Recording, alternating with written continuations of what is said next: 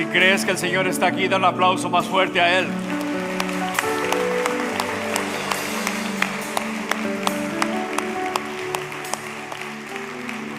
Oremos. Padre, gracias te damos porque tú estás aquí. Tú estás aquí, Señor, y te hemos adorado y hemos levantado nuestras voces, Señor, creyendo lo que cantamos. Así que pedimos que ahora que tú que estás aquí sigas hablándonos por medio de tu palabra. Glorifícate a través de la enseñanza y que el día de hoy recibamos para lo que tú nos has traído a este lugar. Cualquier cosa que estemos pasando, tú la conoces, y pedimos que suplas cada necesidad, que sanes cada enfermedad, Señor, y que proveas, Señor, las cosas que tu pueblo necesita. Sobre todo te pedimos que nos hables a nuestro corazón el día de hoy, en la historia que vamos a estudiar el día de hoy, porque sabemos que es una historia ciertísima. Así que te damos las gracias y ahora pedimos que unjas a tu siervo con tu Espíritu Santo para que hable tu palabra, Señor, de verdad, y que lo unjas para que sea sencilla la predicación y pueda ser ungida por tu Espíritu Santo. Gracias te damos en el nombre de Cristo Jesús, y el pueblo de Dios dice amén y amén. Le damos un fuerte aplauso al Señor. Amén.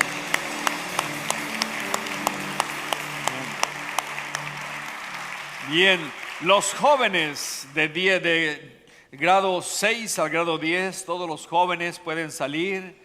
No se les olvide que también tenemos para jóvenes en el primer servicio, también puede venir al primer servicio. Tenemos un maestro para que enseñe a los jóvenes a las 8 de la mañana. Y los miércoles también tenemos el mismo grupo de jóvenes para que pueda usted venir los miércoles y traer a sus jóvenes y puedan también ser parte de los estudios que tenemos para ellos. Ellos están estudiando ahorita los esenciales de la fe. Es algo muy importante fundamentar a nuestros jóvenes en la fe que tenemos, y de esa manera ellos puedan crecer. Y así el segundo grupo, los jóvenes adultos, se reúnen los jueves aquí en el santuario, pero también en los jueves, este próximo jueves tendrán su reunión los jóvenes adultos. Bien, muy buenos días, ¿cómo están? Bendecidos, prosperados y en victoria. Extrañamos al uruguayo, ¿verdad? Está en Uruguay, no grita con el Cristo de la gloria. Bueno, sabemos que está el Cristo de la gloria con nosotros. Pero recuerde esto, familia en Cristo, el Señor viene pronto. No se me olvida decirles, el Señor viene pronto por su iglesia y tenemos que estar nosotros esperándole. Sin más, abra su Biblia en Lucas capítulo 2 en este día. Lucas capítulo 2, vamos a mirar la historia más grande de amor el día de hoy. Aquí vamos a ver el nacimiento de nuestro Salvador Jesucristo. No es Navidad todavía, pero ¿quién le dijo que Jesús nació el 25 de diciembre? Posiblemente no. Pero ¿saben qué? Sí nació un día en este mundo, no tenemos fecha, pero podemos celebrarlo cualquier día, ¿ok? Entonces vamos a ir a Lucas 2, versículos 1 al 20. Y el título del mensaje le he puesto, el Dios que vino a salvarnos.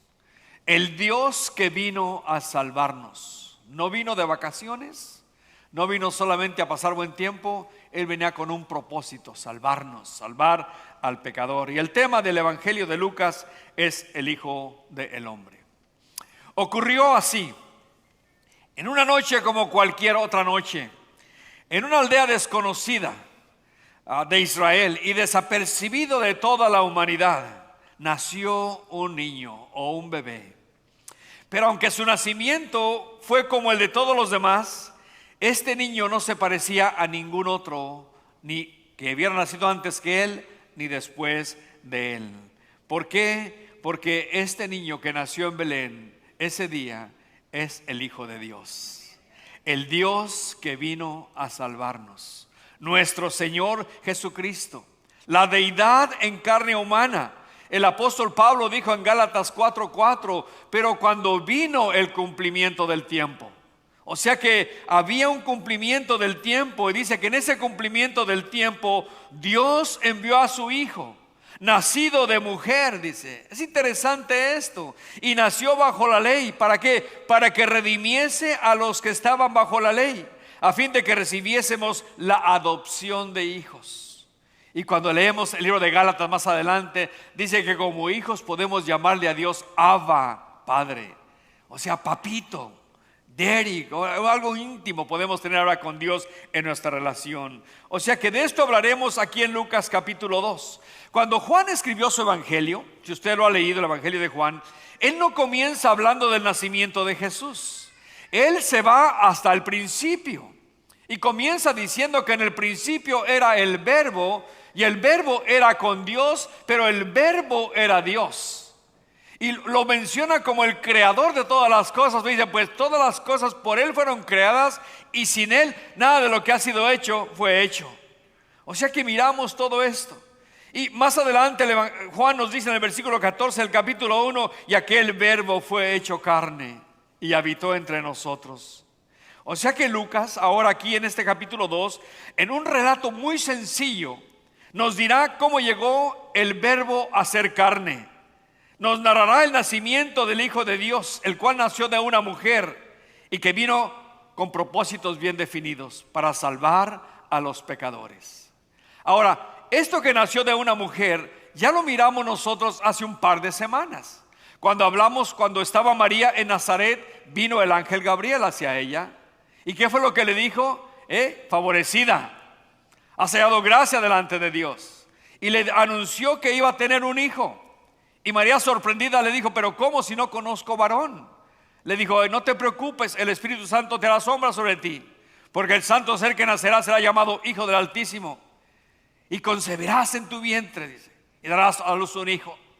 Vemos la anunciación que le hizo el ángel Gabriel. Ahora vamos a mirar esa culminación cuando miraremos el nacimiento del Hijo de Dios. En este capítulo 2 de Lucas, se provee la visión más detallada de los acontecimientos del Hijo de Dios, el nacimiento del Hijo de Dios. La primera Navidad es el capítulo más ampliamente conocido de la Biblia, el más popular en la historia. Ha inspirado a personas a hacer tarjetas, poemas, a películas, de todo se ha hecho a través del Evangelio de Lucas, el capítulo 2. Lamentablemente el mundo ha convertido a la Navidad en una excusa para la autocomplacencia. En el pueblo hispano nos entamalamos, nos empozolamos, nos embuñolamos, ¿qué más? ¿Qué más hay el día para Navidad? Nos encalentamos, ¿no? Calientito, un calientito, pastor. ¿Con piquete o sin piquete, pastor? Me dicen, no, sin piquete, como con piquete, ¿no? No, nomás dan piquete. Oh, pues, pero ya no hay esa cosa, ¿no? O sea que se ha convertido en un acontecimiento social en los últimos días, secularizado, que pierde completo su verdadero significado. Por eso tenemos que tener cuidado cómo celebramos Navidad nosotros. Siempre debemos de proclamar que es el nacimiento de nuestro Señor Jesucristo. Ahora, Lucas, después de narrarnos en detalle el nacimiento de Juan el Bautista, ahora él retoma la historia para describirnos el nacimiento del poderoso Salvador. Lucas nos muestra cómo Dios organizó todo soberanamente para que Jesús naciera en el lugar que estaba profetizado. O sea que si no hubiera hecho Dios estos movimientos del emperador y todo este rollo, Jesús hubiera nacido en Nazaret, donde vivía con José.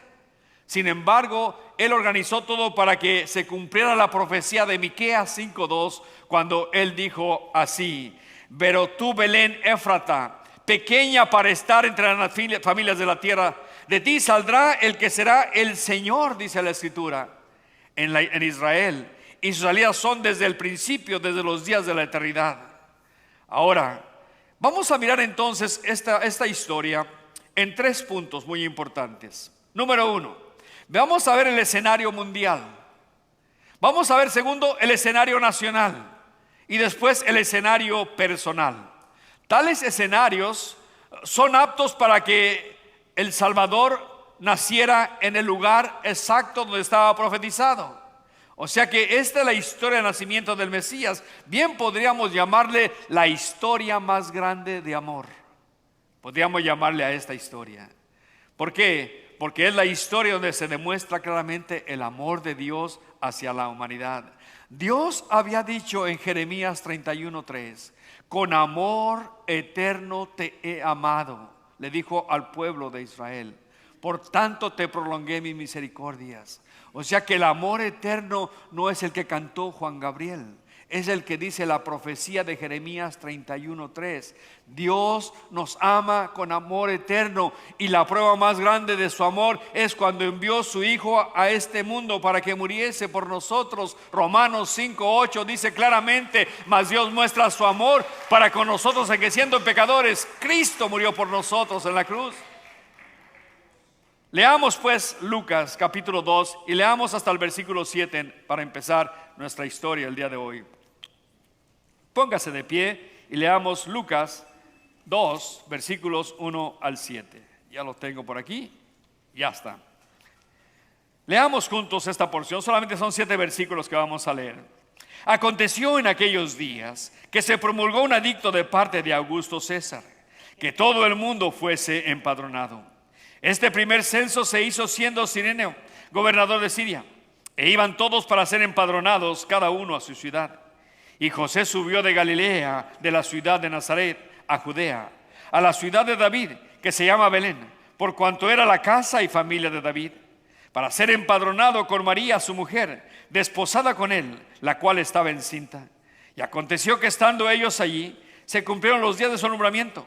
Y dio a luz a su hijo primogénito, y lo envolvió en pañales, y lo acostó en un pesebre, porque no había lugar para ellos en el mesón. Padre, te damos gracias por esta historia más grande de amor.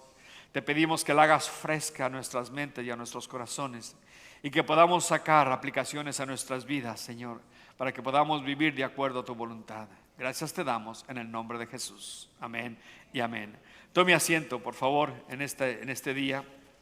Y vayamos de inmediatamente al escenario mundial. Vamos a ver una promulgación de un edicto, versos 1 al 3. Uno de los escritores más sobresalientes en las escrituras fue Lucas. Indiscutiblemente, Lucas no fue un testigo ocular de los acontecimientos que él nos escribe, pero sí fue alguien que mostró diligencia y que investigó qué era lo que estaba pasando. Es más, él menciona en Lucas 1:3, dice: me ha parecido también a mí, después de haber investigado con diligencia todas las cosas desde su origen, escribírtelas por orden, oh excelentísimo Teófilo. Le escribe a este varón, ¿no? O sea que en los escritos de Lucas nos encontramos con 3 principios que debemos aplicar. Al usted y yo estar en la palabra, tenemos que aplicar esos 3 principios que le voy a mencionar en este momento.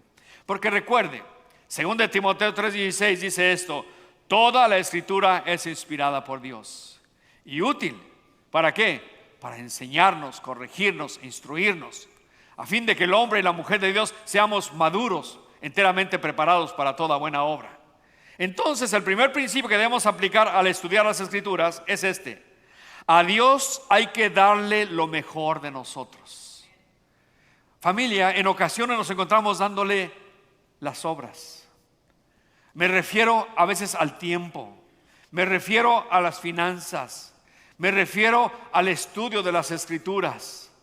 No pasamos tiempo con el Señor, y a Dios hay que darle lo mejor de nosotros. Alguien dice que lo mejor es nuestro corazón. Está bien, si nuestro corazón está entregado al Señor, entonces vamos a darle lo mejor en todas las demás áreas. Número 2, a Dios hay que buscarlo con ambición piadosa. Hay que ser ambiciosos para buscar a Dios, pero tiene que ser una ambición piadosa, alguien que nos lleve a conocerlo íntimamente.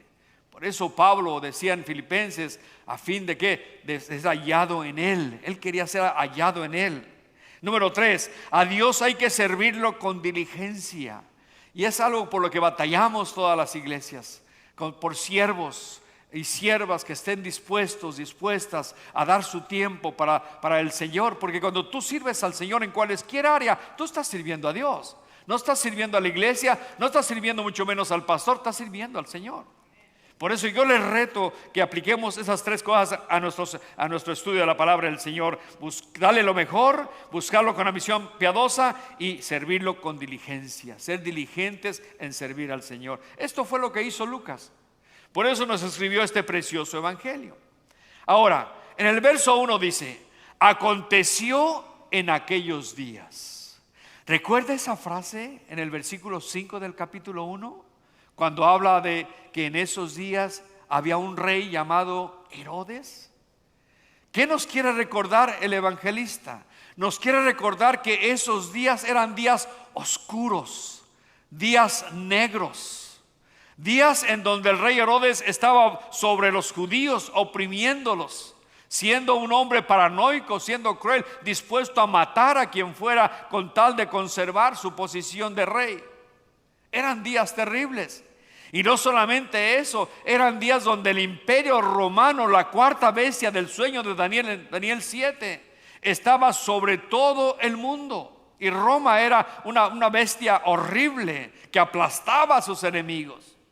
Y no solamente eso, eran días en donde Dios se había comunicado nuevamente después de 400 años de silencio. ¿Se imagina usted que Dios no se comunicara con nosotros por 400? No viviríamos, ¿verdad? Pero por una semana o 2 semanas, en ocasiones el canto que cantamos, aunque nosotros pensamos que no sintamos al Señor, Él nunca nos deja. Él es fiel para con nosotros. O sea, 400 años de silencio, pero ahora se estaba revelando nuevamente el Señor a su pueblo. Esos eran los días que nos está contando aquí. En esos días que aconteció, verso 1, en esos días se firmó un edicto de parte del emperador Augusto César. O sea que vemos ahora que aparece un personaje aquí en esta historia, Augusto César. ¿Qué buscaba este emperador? Buscaba hacer un censo. ¿Para qué? Para colectar más dinero. Se parece a lo que está aconteciendo el día de hoy, ¿no? De un día para otro amanece la gasolina a $50 el galón y no sé qué tanto está pasando el día de hoy. Pero era algo terrible, ¿no? Ahora, este fue el primer emperador romano. Su nombre correcto era Cayo Octavio y fue sobrino de Julio César. Este Octavio era un tipo bien, como decían por ahí, bien chispa, como decían por ahí, bien inteligente para lograr objetivos en su gobierno. Él llegó al poder después que asesinaron a su tío Julio César. O sea que se las arregló para ir tomando el poder de toda la República de Roma. La batalla que le dio la victoria final fue cuando él peleó con Marco Antonio y con Cleopatra en la batalla de Aquio, el año 31 antes de Cristo. Después de esa victoria de Octavio, ¿sabe usted la historia? Marco Antonio y Cleopatra se suicidaron. Pero allí llegó él a ser el emperador de Roma. Y como el Congreso o quienes estaban a su lado lo miraron que era un tipo bastante inteligente, le dieron el título de Augusto, porque César era el título del emperador, pero ahora a él le pusieron Augusto. ¿Qué significa la palabra Augusto? Significa de los dioses altamente reverenciado. De esta manera, ahora miramos que aquí tenemos a este emperador, César Augusto. Vino a ser la primer deidad de los emperadores. De ahí en adelante, por todo Roma se empezaron a levantar las imágenes de los emperadores y se obligaba a los súbditos a que adoraran al emperador. Excavaciones que han hecho los arqueólogos han encontrado que Octavio o Cayo Octavio, Augusto César, se hacía llamar el Salvador del mundo. O sea que se la pensaba que él era Dios. Suena interesante esto, ¿no? Porque leemos aquí en Lucas capítulo 2 versículo 11 que el anuncio del ángel a los pastores dice: hoy os ha nacido un Salvador. O sea que el mensaje del cielo decía que Augusto no era el Salvador del mundo, sino aquel pequeño bebé que había nacido en la pequeña aldea de Belén. Ese era el verdadero Salvador del mundo. Me gustó este pensamiento y lo puse aquí para compartirlo con ustedes. Dice: en el tiempo en que un hombre se proclamó Dios, Dios se hizo hombre. Interesante, ¿no? Cuando el hombre se levanta y se proclama Dios, en ese momento Dios viene a este mundo y se hace un hombre. Entonces el Salvador del mundo no es el que está en Roma sentado en un trono. El Salvador del mundo es el que se encuentra en esta historia en una cueva, envuelto en pañales y acostado en un pesebre. Ese es el verdadero Salvador del mundo. Hermanos, ese es el verdadero Salvador del mundo. Jesús no tiene una historia de un pobre que se hizo rico. sino de alguien que era rico y se hizo pobre por nosotros. Él vino de ser un rey a ser un siervo. Interesante. Él vino de la gloria del cielo a un establo donde se encontraban animales a su alrededor. Dejó la compañía de ángeles y recibió la compañía de animales en una cueva. El emperador de Roma creía que él estaba en control, pues dio un edicto, lo firmó y todo mundo se movía. Sin embargo, César Augusto solo era una marioneta en las manos del Dios Todopoderoso, pues el decreto que hizo era porque Dios le puso que así lo hiciera. Porque todos los reyes y faraones y hombres importantes ya no existen, pero nuestro Dios permanece para siempre, hermanos. Es interesante esto.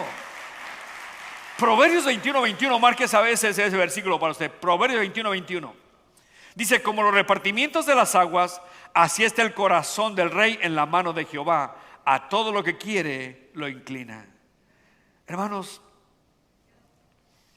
los tiempos que estamos viviendo, este texto que vemos aquí, Proverbios 21:21, si es Dios el que mueve el corazón de los que están en eminencia, a los que tienen un gobierno, oremos por los mandatarios, porque al final de cuentas es Dios el que mueve el corazón. Nuestras críticas, nuestras protestas, nuestras pistolas no van a mover el corazón de nadie, pero Dios sí puede mover el corazón de las personas que están al cargo de este país y de cualquier país en el mundo. Oremos por los mandatarios. Sigamos el consejo del apóstol Pablo. Piense esto: si no fuera por la historia de la Navidad, ¿quién recordaría a César Augusto? Él simplemente es una nota al pie de esta historia. Lo único que sabemos de César el día de hoy es la ensalada, ¿verdad? O una pizzería y Little César. Es todo y nada más. Veamos el punto número 2, el escenario nacional. José y María viajan a Belén para ser empadronados, verso 3. Y José subió de Galilea, de la ciudad de Nazaret a Judea, para ser empadronados con María su mujer. Dice que salieron por la sencilla razón de que Dios había dicho en Miqueas 5:2 que Jesús nacería en Belén, no en Nazaret, en una pequeña aldea llamada Belén. Ahora es importante que este lugar Belén, la palabra Belén significa casa de pan. ¿No le parece interesante que más adelante Jesús en el ministerio dijera: yo soy el pan de vida? Nació en la casa de pan.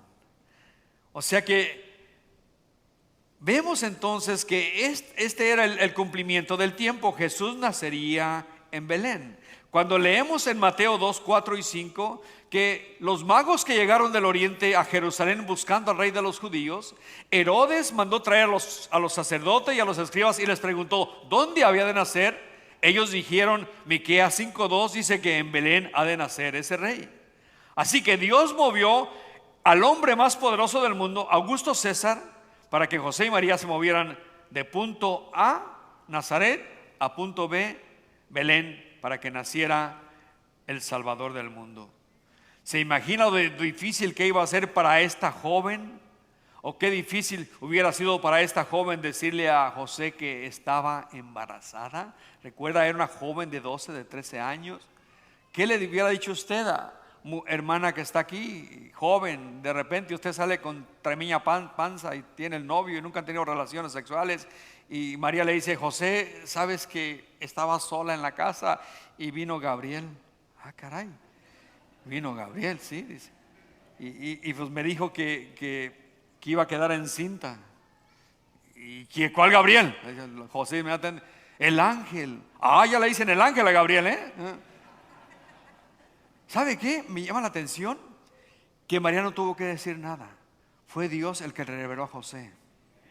En Mateo capítulo 2, en un sueño vino Dios y le dijo: hey, no temas recibir a tu mujer, porque lo que en ella hay del Espíritu Santo es. Va a tener un hijo y le pondrán por nombre Jesús. Dios se encarga de revelar las cosas. Y eso me llamó a mí la atención. Porque, ¿sabe? ¿Cómo que ya es tiempo? Espérate. Ya me estaba apagando aquí todo esto yo. Apagarlo, si no va a seguir fregando. ¿Okay? Hermanos, tenemos hasta las 6 de la tarde, no se preocupen ustedes. Me llama la atención esto a mí, porque las personas más difíciles de darles nuestro testimonio que Dios ha cambiado nuestras vidas son nuestros familiares. ¿Es cierto o no es cierto? ¿Sabe? Yo estoy seguro que Cristo cambió mi vida. Usted nunca me conoció antes. Ella sí me conoce lo que yo era. Era un borrachales de primera, fumador de más de una caja de cigarrillos todos los días. No, parecía chacuaco, en otras palabras. ¿Okay? Fanático al fútbol, desde los talones hasta la mollera. Para mí el fútbol era mi prioridad en mi vida. La familia pues era la segunda y Dios pues no lo conocía de aquel tiempo. Pero cuando Dios cambió mi vida, Él me ha quitado todas esas cosas, una por una. Batallo con el fútbol todavía. Ya nomás veo los goles, no veo los partidos. Pero estoy orando todavía para que el Señor me limpie totalmente de toda esa roña que ya no me sirve en mi vida para nada. Y déjeme decirle algo, que Dios, si usted es creyente, Dios también ha cambiado su vida. Y nuestros familiares nos ven y ya les hemos dicho, Cristo puede cambiar tu vida. Y ellos nos puchan los botones para que, ¿sabe? Lo que tenemos que hacer usted y yo, ya les dijimos la verdad, ahora caminemos en el camino de Cristo. Démosle testimonio con nuestra vida que realmente somos cristianos genuinos, auténticos, que no hay hipocresía en nuestra relación con el Señor, y dejemos que Dios le revele que en verdad lo que ha hecho en nuestras vidas. Porque explicarles el cambio que ha hecho en nuestras vidas, no nos creen. ¿Te crees? Te lavaron el coco, que esto y que el otro. No, nada de eso. Nos lavaron el corazón, hermanos. Y ahora conocemos verdaderamente aquel que nos creó y nos salvó, aquel que dio su vida por nosotros, y estamos dispuestos a dar nuestra vida por Él también nosotros en los tiempos que vivimos. O sea que hagamos eso, hermanos. Miremos, sigamos leyendo aquí. Ahora, aunque era difícil para María, vemos que no tuvo que, el Señor le reveló a José todas las cosas. Mire, el comentarista Barclay, uno de los que tengo yo, que mis favoritos que leo acerca del nacimiento de Jesús, dice que hay 130 kilómetros de Nazaret a Belén, y todo ese camino lo debieron recorrer en sus Dodge pies, no su carro, ¿verdad?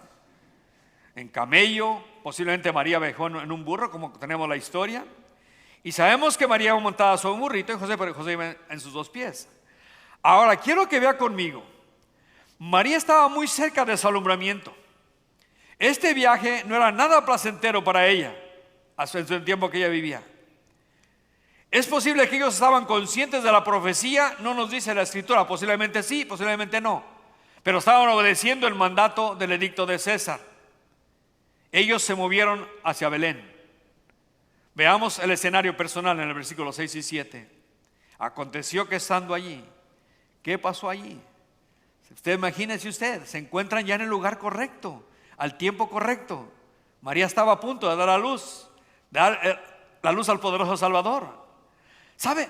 A nosotros nos han pintado un cuadro totalmente falso de lo que sucedió aquel día. ¿Cuántos de ustedes tienen un nacimiento en su casa, un Belén? ¿Cuántos tienen en su casa? Poquitos. Tienen árbol de Navidad, ya lo sé, tienen árbol de Navidad, perdón, está bien. Pero los que tenemos nacimiento, ¿se da cuenta usted que el niñito Jesús tiene su pequeña aureola sobre la cabeza, verdad? José y María también tienen su, y el burro tiene sus ojitos así torcidos para el Señor. ¿Así fue como sucedieron las cosas? No. Vamos a leer lo que pasó aquí, lo que nos dice realmente que pasó así en ese día, el versículo 7, el 6 y 7. Aquí nos dice claramente que cuando llegó el tiempo, ¿verdad? Él nos empieza a decir lo que ocurrió en ese lugar. O sea que imagínese usted que Jesús es puesto en un pesebre, envuelto en pañales y puesto en un pesebre. Pero quiero que usted tenga la idea correcta de lo que era un pesebre. No había lugar en el mesón para ellos, claramente lo dice el versículo 7. Entonces, ¿dónde nació Jesús? Posiblemente en una cueva donde se acostumbraba a poner a los animales. Allí no había pesebres, se llama comederos. Los que somos de rancho sabemos lo que es un comedero. A veces solamente es un barril, es una canoa solamente, ahí se le echa de comer a los animales y es todo. Ese lugar era totalmente nada de saludable, ese lugar. Ahí los animales dejaban sus babas, sus escupidas que dejaban allí. Posiblemente llegaba el chivo y se orinaba arriba del comedero. O sea que era un lugar totalmente horrible. Y estando pensando yo en eso, dije, ¿cómo era mi corazón cuando yo recibí a Cristo? Estaba lleno de pecado, lleno de un vocabulario sucio. Pero ¿sabe qué? Una vez que llega el Salvador allí, empieza a limpiar y a limpiar y a limpiar. O sea, qué tremendo recibimiento le dimos al Señor. En el Evangelio de Juan nos dice que cada uno se fue a su casa porque Jesús siempre estuvo solo. O sea que esta fotografía que vemos ahí, que no hay lugar para Él, nos da una fotografía del ministerio de Cristo. Él siempre estuvo solo. Nunca tuvo un hogar. Él siempre se la pasaba en la casa de Simón, Pedro y Andrés en Capernaum, o cuando iba a Jerusalén se quedaba en la casa de Lázaro, María y Marta. Él nunca tuvo un hogar aquí en la tierra. Viene la historia a mi mente cuando él iba ya hacia Jerusalén en Lucas 9:58. Dice que alguien de la multitud le gritó estas palabras: Hijo de David, Señor, iré contigo a donde quiera que tú vayas. Fíjese lo que dijo. De acuerdo al Evangelio de Mateo, era un escriba. Era alguien que tenía un título. Era para que los discípulos le dijeran: un escriba te quiere seguir, Señor. Pero Jesús le contestó: las zorras tienen guaridas, las aves del cielo tienen sus nidos, mas el Hijo del Hombre no tiene de dónde recostar su cabeza. Qué tremendo es el ministerio de nuestro Dios. Cuánto nos enseña a nosotros que nos acomodamos a las cosas. Además, ¿quién era ese Jesús que había nacido en Belén? De acuerdo a la profecía de Lucas 9:58, nos dice 9:6, perdón, es algo que tenemos que tener en cuenta. Dice Isaías 9:6 y 7: porque un niño nos es nacido, hijo nos es dado. ¿Ves? Estas dos cosas: como niño nació en Belén, como hijo nos lo dio en la cruz. Pero sigue diciendo, dice: y su principado sobre su hombro, y se llamará su nombre Admirable, Consejero, Dios fuerte, Padre eterno y Príncipe de paz. Entonces sigamos leyendo y mira cómo viene la anunciación del nacimiento de Jesús en los versos 8 al 10. ¿Por qué no vas conmigo nuevamente a Lucas y leamos, recordar esta historia nuevamente, lo que la anunciación, cómo fue anunciado? Versículos 8 al 10 del capítulo 2. Ve conmigo allí, por favor. Dice así, San Juan, Lucas 2, 8 al 10.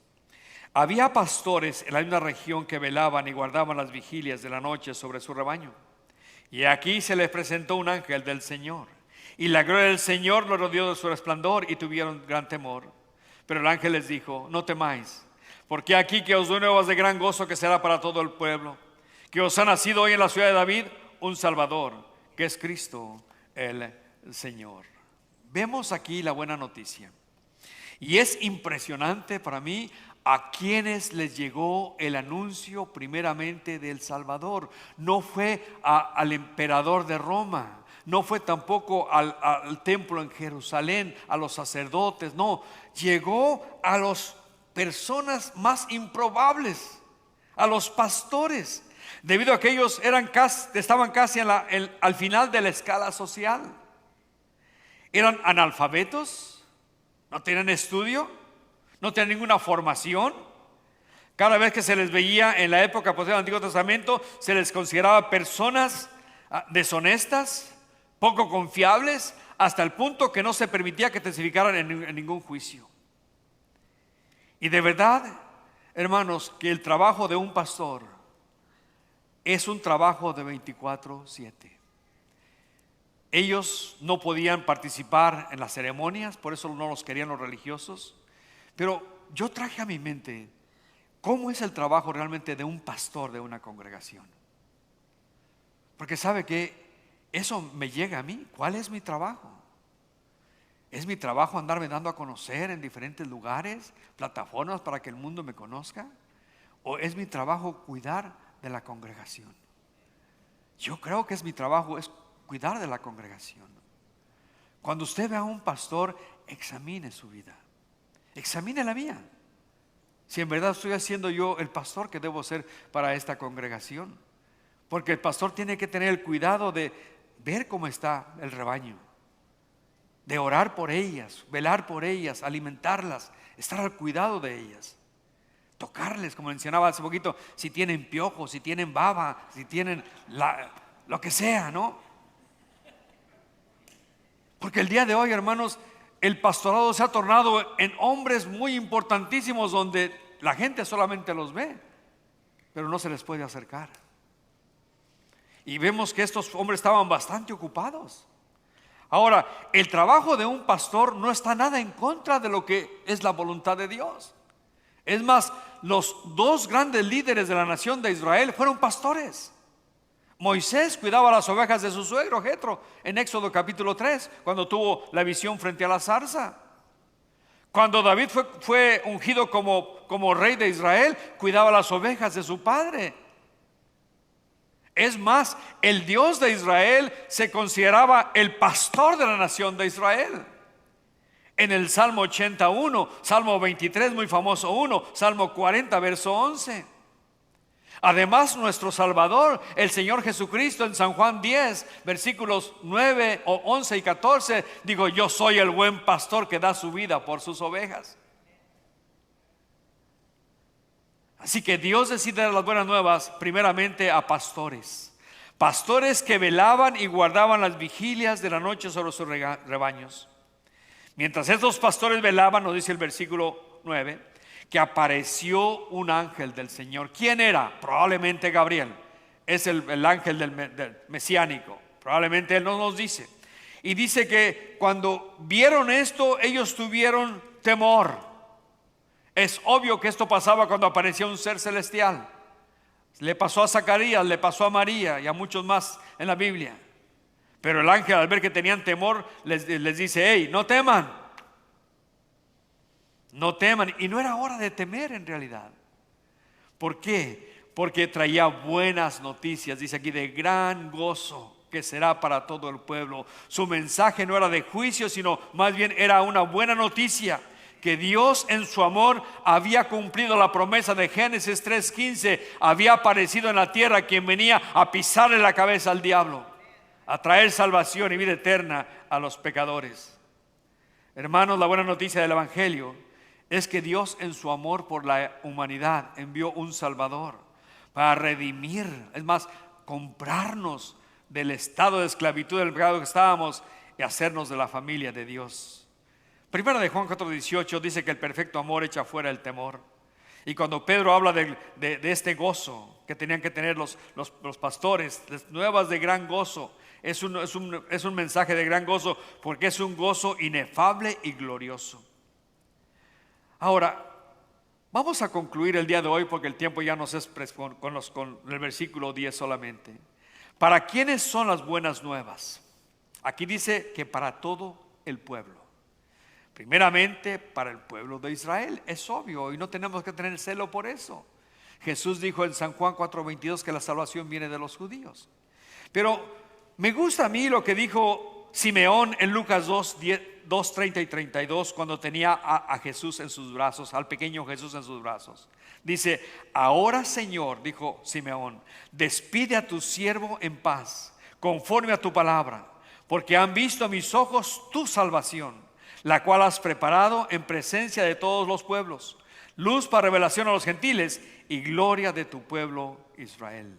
O sea que las palabras de Simeón reflejan la verdad expresada en la profecía de Isaías 60:1-3, que Dios enviaba un Salvador para todas las naciones, para todo el mundo. ¿Qué contiene estas buenas nuevas? Versículo 10. En primer lugar, que ahora tenemos un Salvador.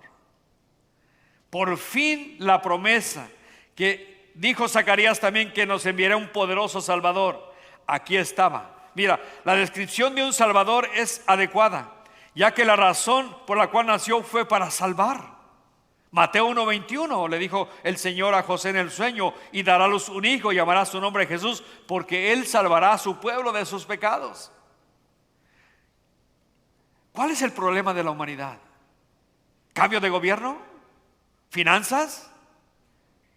¿Que alguien trabaje porque nadie quiere trabajar? No, el problema es el pecado. Somos pecadores. El apóstol Pablo, cuando habló sobre este asunto en Romanos 3:10, dice que no hay un solo justo, ni siquiera uno, dice. Y agrega en Romanos 3:23, por cuanto todos pecaron, todos están privados de la gloria de Dios. Y dice en Romanos 6:23 que la paga del pecado es la muerte, separación eterna de Dios. Entonces, si nuestro problema es el pecado, porque todos somos culpables de violar la ley y el destino eterno es el infierno, Dios en su amor envió un Salvador, que es Cristo Jesús, ¿verdad? Lo más importante es que ahora ya tenemos un Salvador, que sigue diciendo el versículo 10. Las buenas nuevas dicen que tenemos también un Cristo. La palabra Cristo quiere decir ungido o el Mesías. Jesús es el cumplimiento de las profecías también. O sea que en primer lugar, en primer sentido, Él es rey. Él viene a reinar. Reinará como Rey de Reyes y Señor de Señores. La Escritura lo dice. En Apocalipsis tenemos esa descripción en el capítulo 19. Además, en segundo lugar, viene como gran sumo sacerdote. Hebreos 3:1. Para ser un mediador entre el pueblo de Dios entre Dios y los hombres. Finalmente viene como profeta. Hebreos 1:1 y 2.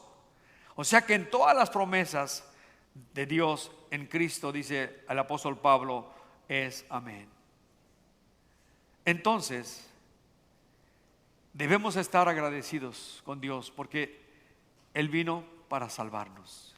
Y yo sé que la mayoría de aquí ya hemos encontrado a ese Salvador. Si yo te pidiera que levantara la mano, no lo voy a hacer. Pero tú sabes bien quién eres tú y así has tenido ese encuentro personal con el Señor. Pero para concluir, yo te quiero invitar a ti el día de hoy, sea que estés en el santuario, fuera del santuario o estés en línea. Si aún no has conocido a este poderoso Salvador, te estás perdiendo la gran bendición que Dios envió a este mundo. ¿Sabes? Los tiempos que vivimos son caóticos. No hay duda que vivimos los últimos días. Violencia por todos lados. Mentira por todos lados, engaño por todos lados. La inmoralidad ha crecido, ha aumentado en gran manera. El suicidio está en un nivel bastante alto. La depresión, porque no hay futuro, no ven el futuro. La juventud del día de hoy está en gran escala, ha aumentado grandemente. ¿Cuál es la respuesta? ¿La respuesta será que quitemos a uno y pongamos a otro hombre en la presidencia? Esa no es la respuesta. La respuesta es Jesucristo. Él es el Dios que vino a salvarnos. Y lo necesitas en tu corazón inmediatamente, amigo, amiga. No pospongas esta decisión del día de hoy, entregar tu corazón a Cristo. Jamás te arrepentirás de esta decisión. ¿Por qué? Porque una vez que nosotros caminamos con Cristo en el corazón, sabemos hacia dónde vamos. Y podemos caminar firmes en medio de la tormenta, como cantábamos hace rato. En medio de la tribulación, sabemos que aún ahí Dios está en control. Así que yo te invito, amigo, amiga, estés aquí o estés en línea, recibe a Jesucristo. Él es la única opción. No es la mejor opción, la única opción que tenemos. Y por eso Él vino a este mundo, para salvarnos. Así que voy a pedir que todos inclinemos nuestro rostro, cerremos nuestros ojos. Voy a pedir a la congregación cristiana que ya tiene a Cristo que estén orando mientras hago esta invitación. Amigo, amiga, que me ves en línea o que estás en el santuario, yo quiero invitarte el día de hoy a que recibas a Jesucristo en tu corazón, a que recibas al Dios que vino a salvarnos, y que el día de hoy lo hagas tuyo, y que de hoy en adelante tú puedas caminar en este mundo con seguridad de que sabes cuál es tu futuro, un futuro con esperanza, el cielo. Así que si quieres recibir a Cristo, haz conmigo esta oración. Le llamamos una profesión de fe. Haz conmigo esta oración y hazla con fe. Mientras todos están orando, tu amigo, amiga, repite esta oración que dice así: Padre Celestial, aquí estoy delante de ti y quiero pedirte perdón por mis pecados. Me arrepiento de corazón. Perdóname, límpiame. Señor Jesús, yo creo en ti y te abro mi corazón. Ven y toma el control de mi vida. Guíame con tu Espíritu Santo y tu palabra. Enséñame a depender de ti todos los días de mi vida. Gracias por perdonarme y por salvarme. En el nombre de Jesús. Amén y amén. Si has hecho esta oración, bienvenido a la familia de Dios. Si estás en línea, llámanos por teléfono. Ahí está en la pantalla el número de teléfono. Déjanos saber lo que hiciste y con gusto nos comunicamos contigo. Llámanos de 9:30 a 5 de la tarde todos los días de lunes a viernes y con gusto te contestaremos. Si no te contestamos, déjanos el mensaje y te contestamos. Pero si tú estás aquí en el santuario o fuera del santuario y has hecho esta oración conmigo, queremos gozarnos contigo. Queremos que lo hagas público, porque Jesús dijo: si me confiesas delante de los hombres, yo te confesaré delante de mi Padre que está en los cielos. Pero si te avergüenzas delante de los hombres, yo también me voy a avergonzar delante de mi Padre que está en los cielos. Por eso, si recibiste a Cristo, hazlo saber. Déjanos saber. Levanta tu mano y pastor, yo hice la oración con usted. Levante su mano. Dios te bendiga, varón. ¿Alguien más hizo la oración? ¿Alguien más hizo la oración de recibir a Cristo? Dios te bendiga. Hay una persona más allá que está recibiendo a Cristo. Dios te bendiga. Bien. De este lado, ¿alguien hizo la oración de recibir a Cristo? No voltee para acá. Si alguien la hizo, levante su mano. No le queremos avergonzar, queremos ayudarle, al contrario. Así que, bien, pues los que vinieron a Cristo, bienvenidos a la familia del Dios. Alguien se les va a acercar. Queremos darles una Biblia, queremos dar los primeros pasos a seguir. Así que ahí está el hermano Freddy con su grupo de discipulado para ayudarles en eso. Así que vamos a leer un último canto. Y quiero que canten este canto como cantaron el último canto. Me encantó como cantaron la congregación. Esas voces tienen que sonar hasta el cielo, que revienten el techo, no le hace, y que lleguen hasta el cielo nuestras alabanzas al Señor. Así que regreso a la bendición sacerdotal. Mientras tanto, póngase de pie y vamos a cantar el último canto.